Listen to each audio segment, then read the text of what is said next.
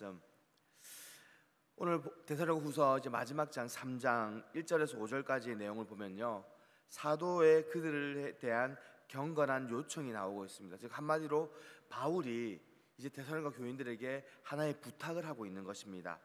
어떤 부탁이냐면요, 첫째로 그의 친구들의 기도를 바울이 요청하고 있는 겁니다. 그러니까 중보기도 해달라는 겁니다. 종말로 형제들아 너희는 우리를 위하여 기도하라 라고 본문 1절에서 말하고 있습니다. 바울은 항상 자기 기도 가운데에 자기가 전하였던, 자기가 양육하였던 이들을 위해서 엎드려 기도했습니다. 또한 그는 그들에게 그와 그의 동역자를 잊지 말고 기도해 달라고 요청했다는 것입니다.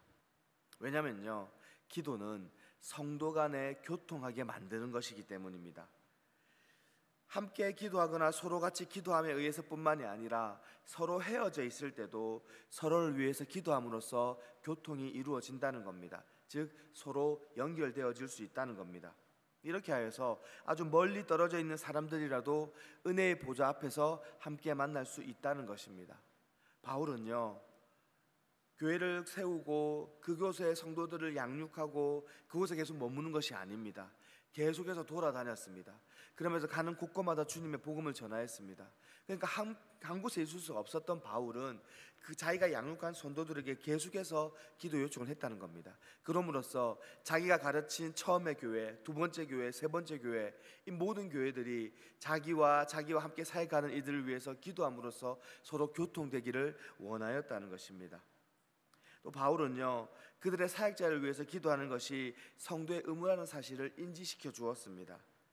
자신의 사역자들 뿐만이 아니라 모든 선하고 믿음 있는 사역자들을 위해서 성도들은 기도할 수 있어야 됩니다. 왜냐하면 사역자들은요, 그 성도들의 기도를 필요하다는 겁니다. 그래서 사역자들은 더욱더 기도의 간청을 해야 되는 것입니다. 바울 자신이 아주 능력 있는 기도자였습니다. 하지만 바울은요, 신분 고하를 막론하고 어느 그리스도인의 기도도 마다하지 않았습니다. 어느 모든 사람들의, 모든 성도들의 기도를 열망한 자가 바로 바울인 것입니다. 얼마나 겸손합니까? 얼마나 본받을 만합니까? 우리는 그처럼 기도 요청을 주변에 할 수 있어야 된다는 것입니다. 바울은요, 자기가 기도 부탁할 때 두 가지의 목적이 있습니다. 첫째는요, 복음의 사역이 성공되게 해달라고 기도 부탁을 합니다.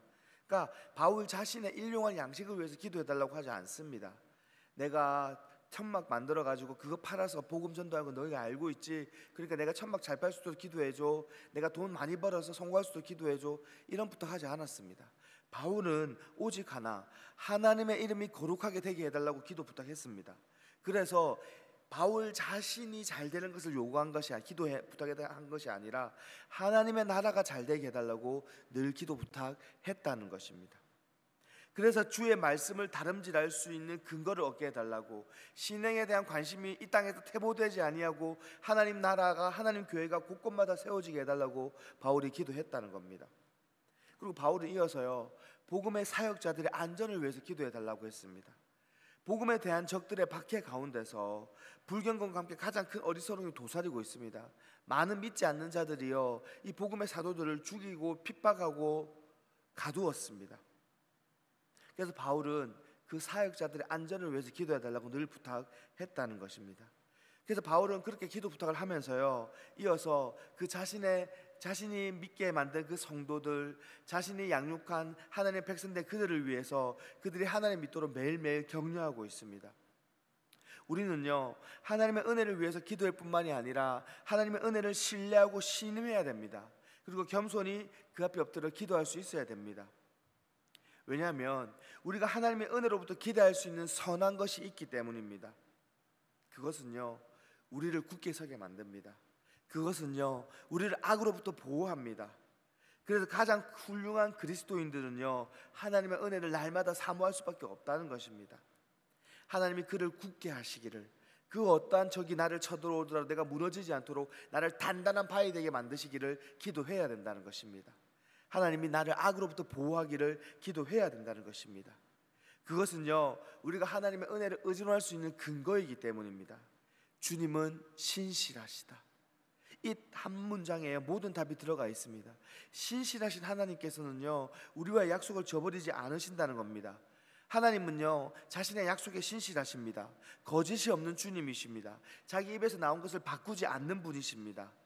한번 약속하시면 끝까지 그것을 반드시 이루어 주시는 분이 하나님이십니다. 당연히 그 하나님과 함께 관계 맺은 자들에게 신실함을 보여주신다는 것입니다. 그래서 우리는 그 하나님의 신실함을 바라보면서 주님의 은혜를 받을 수 있음을 확신할 수 있다는 것입니다. 하나님께서요, 우리를 위해 이것을 이루어 주실 것을 우리는 소망할 수 있습니다. 더 확실한 근거가 있습니다. 그것은 그들이 명령받은 것을 행하였고 또 행하려 한다는 사실입니다. 즉 모든 믿는 자들이 하나님의 명령받은 것을 행하기 위해서 엎드린다는 것입니다. 오늘 본문 4절에 보시면요, 주는 미쁘사 너희를 굳건하게 하시고 악한 자에게서 지키시리라 라고 되어 있습니다. 미쁘신 하나님께서, 바울이 흔히들 잘 인용하는 표현입니다. 잘 쓰는 표현입니다. 미쁘다. 하나님의 신실하심을 강조하고 있는 것입니다. 그 하나님께서 우리를 굳건하게 하시고 우리를 악한 자에서 지킨다는 겁니다. 그것을 아는 성도들이여 가만히 있지 않는다는 겁니다.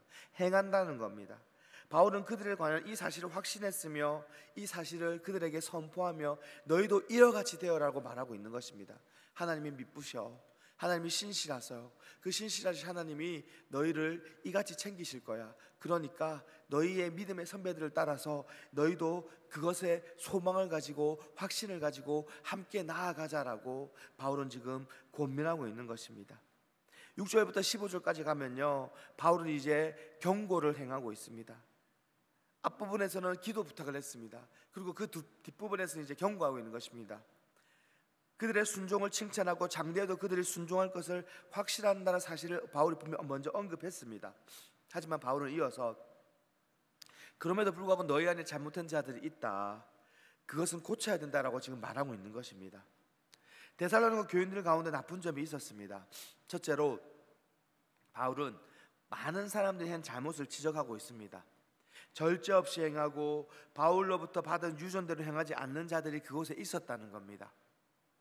형제들 중 약간은 이런 무절제한 행위에 죄를 지었습니다. 그들은 규칙적으로 생활하지 않았습니다. 그들은 기독교 율법에 따라 자신을 다스리지 않았습니다. 신앙의 고백을 따르지도 않았습니다. 사도들이 설교한 계율대로 행하지도 않았습니다. 그것을 받고는 귀하게 여기지 않았습니다. 그저 귀하게 여긴 척 위장했을 뿐입니다. 위선의 삶을 살았다는 것입니다. 복음을 받고 복음에 복종한 것을 고백한 사람들에게는요, 복음에 따라 살아갈 것이 요구된다는 것입니다. 주님은요, 우리가 그냥 단순히 이 교회에 앉아서 1시간 예배드리고 가는 것으로 만족하지 않으신다는 것입니다. 주님 우리 각자들에게 말씀하십니다. 너 정말 나를 믿어? 너 정말 내가 너에게 전해준 복음을 믿어? 그러면 그 복음대로 살아가라고 말씀하십니다. 주님은 우리가 이 땅에서 주의 말씀에 순종하여 살아가기를 원하십니다. 단지 예배드리는 그 형식적인 예배드리는 종교인으로 남기를 원하지 않으신다는 것입니다. 주님은요, 우리가 무절제한 사람으로 남기를 원하지 않으신다는 것입니다. 바울은 특히 그들 가운데 게으르고 일마전진의 사람들이 있다고 강하게 충고합니다. 게으르며 전혀 일을 하지 않는 사람들은 무슨 사람들이냐면요, 바울이 앞서 편지를 보낸 데살로니가 전서에 그리스도의 재림을 잘못 이해한 사람들입니다. 그러한 재림에 대한 오해 때문에 그들은 자기의 직업을 그만두고 게으르게 생활하였습니다. 어차피 주님 오실 건데 내가 이 일 해서 뭐해? 어차피 이 땅은 곧 멸망할 건데, 이제 마지막이 올 건데 내가 저렇게 밖에서 열심히 해서 뭐해? 차라리 그냥 주님만 바라볼래, 그냥 말씀만 읽을래, 그냥 기도만 할래. 잘못된 그리스도의 재림에 대한 것을 받아들인 자들이요, 이렇게 구별했다는 겁니다. 영적인 일과 세상적인 일을 구별해서 세상적인 일을 그만둬버렸다는 겁니다. 그런데요, 주님의 재림을요 바르게 알고 바르게 기다리는 종은요 그렇게 하지 않습니다. 바르게 재림을 이해하는 정도는요 이 땅에서 정말 죽을 만큼 충성합니다. 왜? 내가 이 땅에서 하나님의 영광을 드러내야 되기 때문에. 주님 다시 오시는 그날까지 나는 이 땅에서 하나님의 영광을 드러내고 하나님을 선포하며 하나님을 전하며 살아가야 되는데, 내가 세상에서 열심히 살아가지 않는다면 누가 내가 전하는 복음을 받아들이겠습니까? 그러니까 주님의 재림을 바르게 이해한 사람은요 이 땅에서도 충성한다는 겁니다. 주님 오시는 날을 위해서 만반의 준비를 한다는 겁니다. 주님 다시 만났을 때에 너 뭐 했어?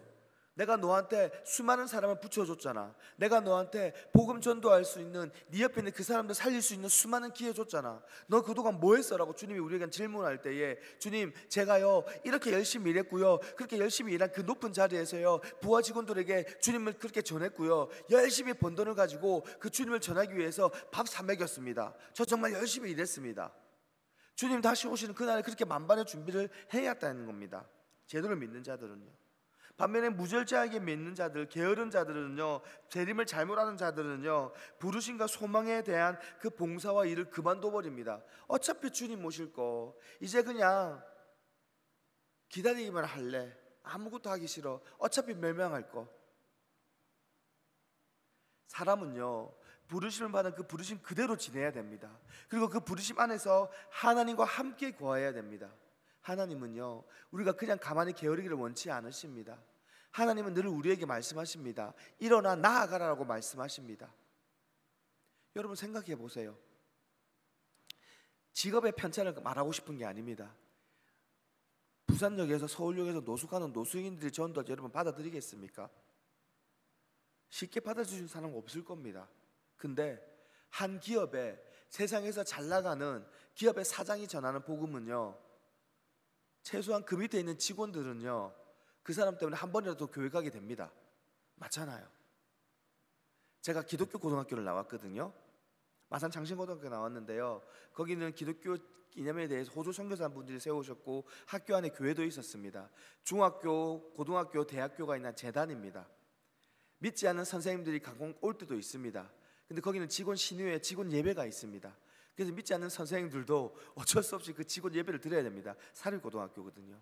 그리고 교장, 이제 학교 안에 이제 교회가 생겨서 동문이 헌신해서 학교 안에 교회를 세웠습니다.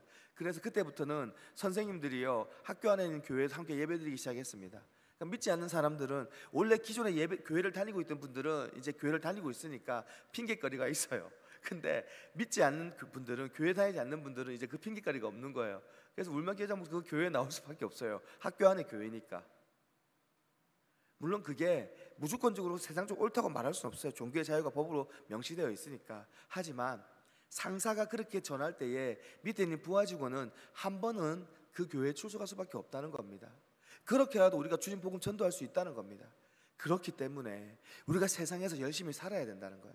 물론 돈 많이 번다고 높은 지위에 오른다고 열심히 산 것은 아니에요. 그렇지 못한 경우도 있어요. 하지만 돈은 없어도, 높은 지위에 오르지 않아도 내가 열심히 사는 모습을 최소한 내 주변 사람들은 알잖아요. 그러면 그 사람들한테 내가 가서 복음 전도할 수 있는 거예요. 나는 예수님 믿어. 그래서 나는 힘들지만 정말 열심히 최선을 다해서 살아. 그래서 나는 너도 예수님 믿어봤으면 좋겠어. 너의 삶이 밝힐 거야. 너도 나처럼 힘들지만 열심히 살 수 있을 거야 라고 우리 전도할 수 있다는 겁니다. 그게 주님의 부르심에 응답하는 우리 성도의 자세라는 겁니다. 근데요, 그 게으른 자들이요 꼭 일을 만듭니다. 어떤 일을 만드냐면요, 자기는 게을러요. 자기는 일을 하지 않아요. 그러니까 이제 시간이 많이 남잖아요. 시간이 많이 남은 사람들이 뭐 합니까? 간섭하기 시작합니다. 지는 안 하면서 옆에 있는 사람한테 기도 그렇게 하는 거 아니다, 예배 그렇게 해서 드리는 거 아니다, 그렇게 섬기는 거 아니다, 나는 이번 주에 말씀 묵상 매일 1시간씩 했는데 니는 묵상 몇 번 했냐면서 간섭하기 시작합니다. 정말 잘못된 거거든요. 좋은 일 하는데 그것을 사용하지 않으니까요, 그 시간을, 그 재물을, 그 마음을 악한 일에 쓰기 시작한다는 거예요.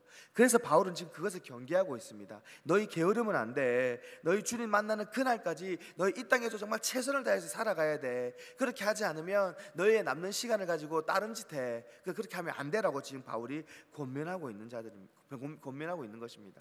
그 무절제한 자들로부터 허용된 호기심, 그들의 관계없는 것에 주제넘게 관여하고 다른 사람들의 문제에 간섭하는 것들, 남들을 괴롭히는 그런 죄를 범하지 말라고 바울이 지금 강력하게 충고하고 있는 것입니다.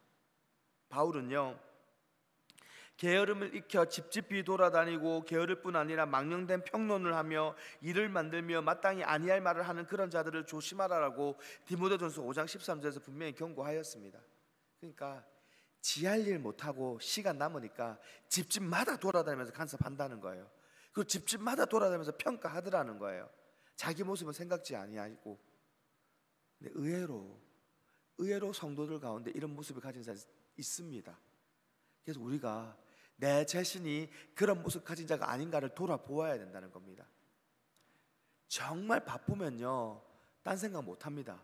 맞잖아요. 우리 그런 말 하잖아요.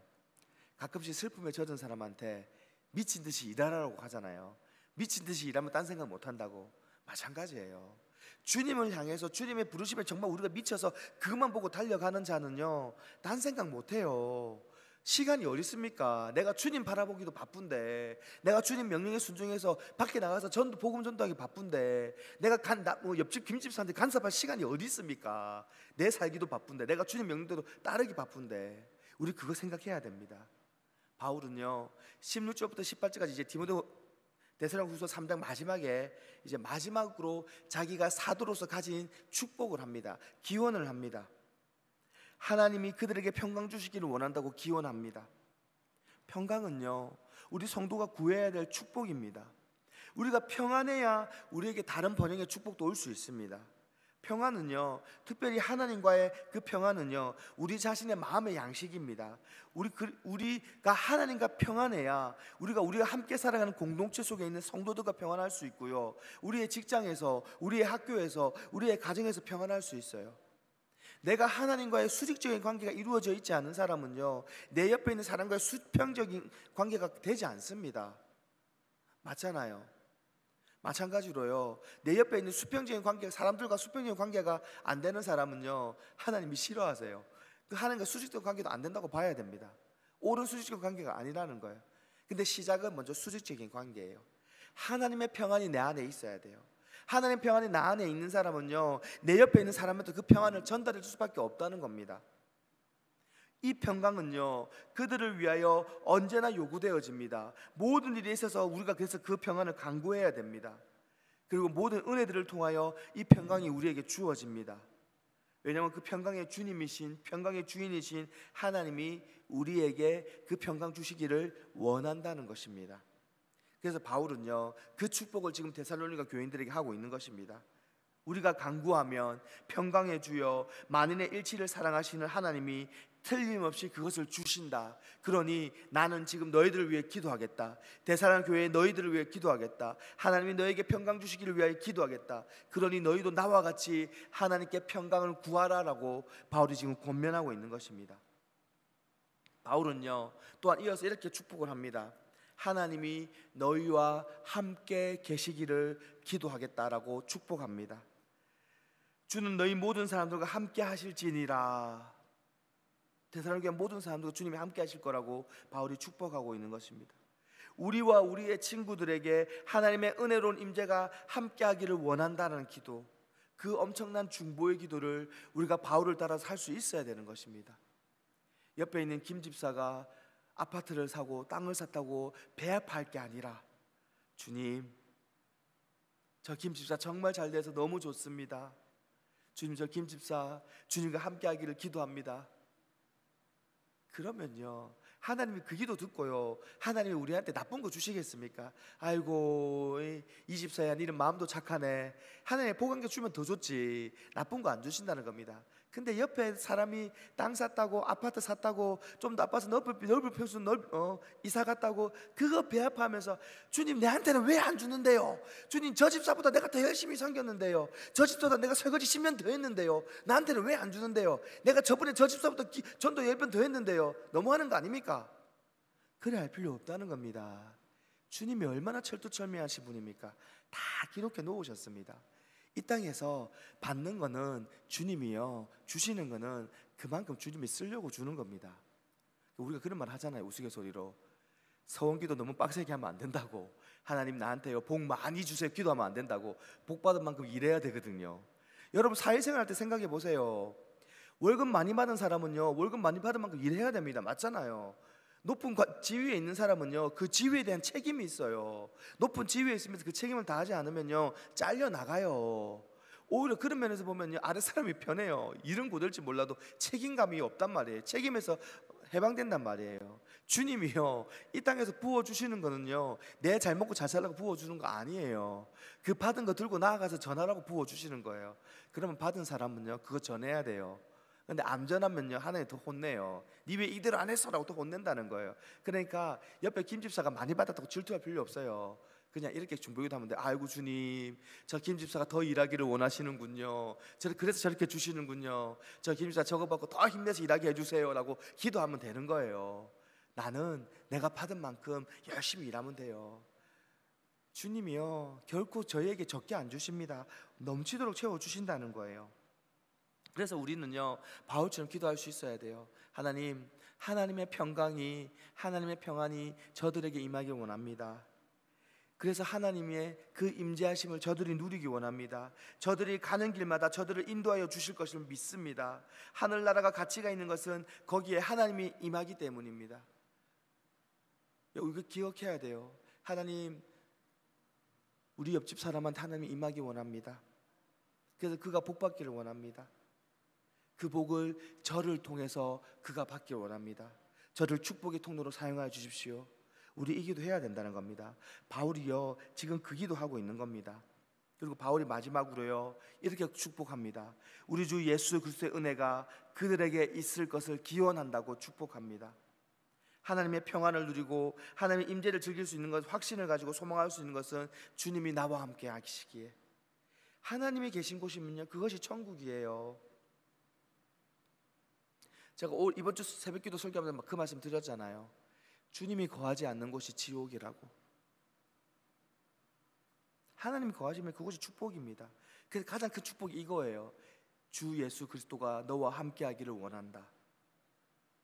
더 이상 큰 축복이 없어요.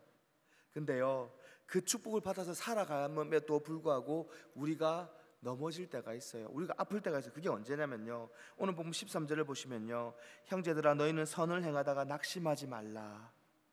분명히 열심히 주를 위해서 살아요. 열심히 주를 위해서 헌신했어요.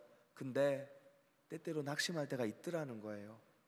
내가 정말 목숨 바쳐서 그를 사랑했는데, 내가 정말 목숨 바쳐서 그를 위해 섬겼는데 그가 내한테 뒤통수 세리 갈길 때, 나 배신할 때, 그가 도저히 변하지 않을 때 나 낙심되더라는 거예요. 근데 주님이 그거 그렇게 보고 계시지 않는다는 거예요. 그러니까 낙심할 필요가 없다는 거예요. 여기 전제 조건이 있어요. 선을 행하다가, 여기서 말하는 선은요 나를 위한 게 아니에요.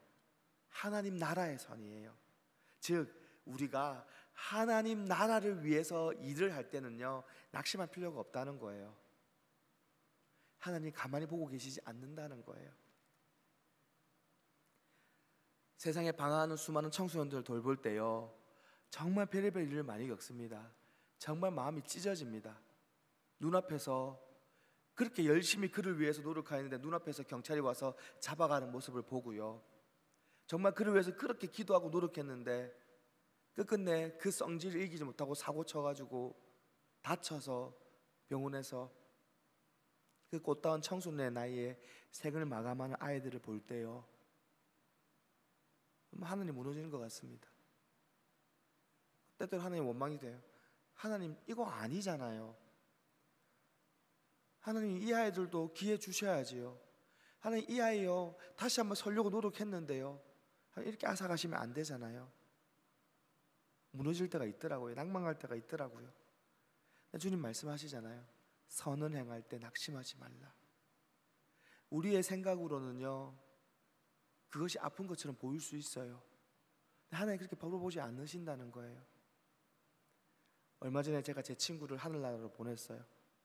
제가 올해 44살이거든요 아직 한창 때잖아요. 맞잖아요. 젊은 때잖아요. 제 친구가요 자매인데요 저와 같은 교회에서 자라났으며 제가 학생회 회장할 때 이 친구가 부회장하고요 자매임에도 불구하고 아이가 아주 건강했어요. 아이가 아주 건강했어요. 자매임에도 불구하고 저만치 건강한 자매였어요. 그래서 제가 가끔씩 밀려요. 투닥투닥 또 싸우면서 이건 아니잖아 저건 아니잖아. 중고등부 6년 동안 또 학생회 회장 하는 동안 저하고 정말 주님을 위해 그 중고등부에 열심히 달려왔던 친구예요. 이 친구 오빠가요 선천적으로 장애가 있어요. 1급 장애인이었어요. 아무것도 혼자서 못해요. 이 친구가 그것 때문에 자신이 꿈이 있었는데 그 꿈 이루지 못했어요. 친구 자기의 오빠를 자기가 보살펴야 되는 걸 아니까 이 오빠가 혼자서 대소변도 못 가리는 오빠를 누가 보살피겠어요. 결국에는 부모님들이 연로하시고 나면 자기가 보살펴야 되잖아요. 그래서 오빠를 위해서 대구대학교 특수재활학과를 갑니다. 결혼도 못했어요. 공부 열심히 했어요. 박사학위까지 받았어요, 이 친구. 그리고 장애인 복지관에서 오빠와 같은 이들을 돌보며 살아갑니다. 그리고 오빠를 집에 와서 또 돌봅니다. 44년 인생 가운데 자기를 위해서 한 것보다 남을 위해서 한 게 더 많은 젊은 청년이었어요. 젊은 자매였어요. 목요일 날 저한테 연락이 왔어요. 훈아, 내 아프다. 내 병원에 있는데 기도 좀 해줘. 그래, 나 기도할게. 걱정하지 마. 그리고 이제 주일을 맞이했는데 바쁘잖아요, 주일날에. 그래서 그냥 연락 없어서 회복했는갑다, 병원 퇴원했는갑다 이렇게 생각하고 이제 월요일 연락해봐야지라고 생각하고 있는데 주일 오전에 다른 친구한테서 연락이 와요. 훈아, 누구 하늘나라 갔다. 마음이 찢어지는 거예요. 분명히 목요일날 나하고 통화했는데, 목요일날 나한테 기도 부탁했는데, 진해에 사는 친구인데 작은 병원에서 앉아서 여기 바로 옆에 병원에, 동아대 병원에 와 있었던 거예요. 저는 그것도 모르고 병문안 한번 못 갔어요. 기도는 했어요. 근데 병문안 한번 못 가고 챙기지 못했는데 주일날 그렇게 하늘나라로 가버렸어요. 너무 낙심되는 거예요. 하나님, 이거 아니잖아요. 하나님, 이 친구 정말 열심히 하나님 나라를 위해서 살았잖아요. 열심히 남을 위해서만 살았잖아요. 자기 위해서 살지 않았잖아요. 하나님, 이거 아니잖아요. 너무 슬픈 거예요. 하나님, 이 말씀 주시는 거예요. 선을 행할 때 낙심하지 말라. 너무 열심히 이 땅에서 너무 고생하니까 하나님 매초로워서 일찍 데려갔다고 그렇게 생각이 되어지더라고요. 우리가 이 땅에 살아갈 때요, 정말 주를 위해서 열심히 달려갑니다. 그럼에도 불구하고 우리가 때때로 인간적인 절망을 맞이할 때도 있습니다. 정말 아플 때도 있습니다. 근데 그래서 낙심할 필요가 없다는 거예요. 왜? 주님이 아시니까. 이 땅에서는 우리가 못 받을 수도 있어요. 근데요, 하늘나라 갔을 때 하나님 외면하지 않으신다는 거예요. 하나님 다 기록해 놓으셨다는 거예요. 그 하나님이 권면하고 있습니다. 오늘 바울의 입을 통해서 데살로니가 교인들아, 너희들은 낙심하지 마라. 하나님이 너희와 함께 하실 거야. 하나님이 너에게 평안을 주실 거야. 지금 이 시대를 살아가는 수많은 성도들에게, 그리스도인들에게 하나님 말씀하십니다. 낙심하지 말라. 내가 너희와 함께 하겠다. 우리가 그것을 마음에 품고 오늘 이 하루를 살아갔으면 좋겠습니다. 오늘 이 하루를 살아갈 때 우리가 만나는 모든 이들에게 축복했으면 좋겠습니다. 너희는 낙심하지 말라. 기억해, 너희를 하나님이 사랑하셔. 하나님 너희와 함께 하셔. 하나님, 저 사람 잘 되게 해주세요. 그 우리의 중보기도가 그를 살릴 수 있습니다. 그를 변화시킬 수 있습니다. 오늘 이 하루 그렇게 성도로서 우리의 주변의 모든 이들을 위해서 기도하는, 그래서 주님께 칭찬받는 성도 여러분 되시길 간절히 축원드립니다. 하나님 아버지, 말씀이 육신되어 저희 가운데 다시 오실 그 재림의 주님을 날마다 기쁨으로 기다리게 하여 주시옵소서. 저희 한 사람 한 사람이 제2의 세례 요한이 되어서 재림의 주님의 길을 준비하게 하옵소서. 데살로니가 전후서가 쓰인 때보다 더욱더 주님의 재림이 가까워진 지금 이 시대에 우리가 더욱 부지런하게 하게 하여 주시옵시고, 우리가 성실하게 진실하게 정말 최선을 다해서 주님의 진리를 전하게 하여 주시옵소서. 또한 우리가 축복하게 하여 주시옵소서. 바울이 데살로니가 교인들을 축복한 것처럼 우리가 우리 주변의 모든 이들을 축복하게 하여 주시옵소서. 우리가 주님의 일을 할 때에, 선한 일을 할 때에 낙심치 말게 하여 주시옵시고, 오직 주님의 평안을 먼저 맛본 저희들이 그 평안 들고 나아가서 평안을 전하는 자 될 수 있도록 우리를 주관하여 주시옵소서. 예수 그리스도의 이름으로 기도합니다. 아멘.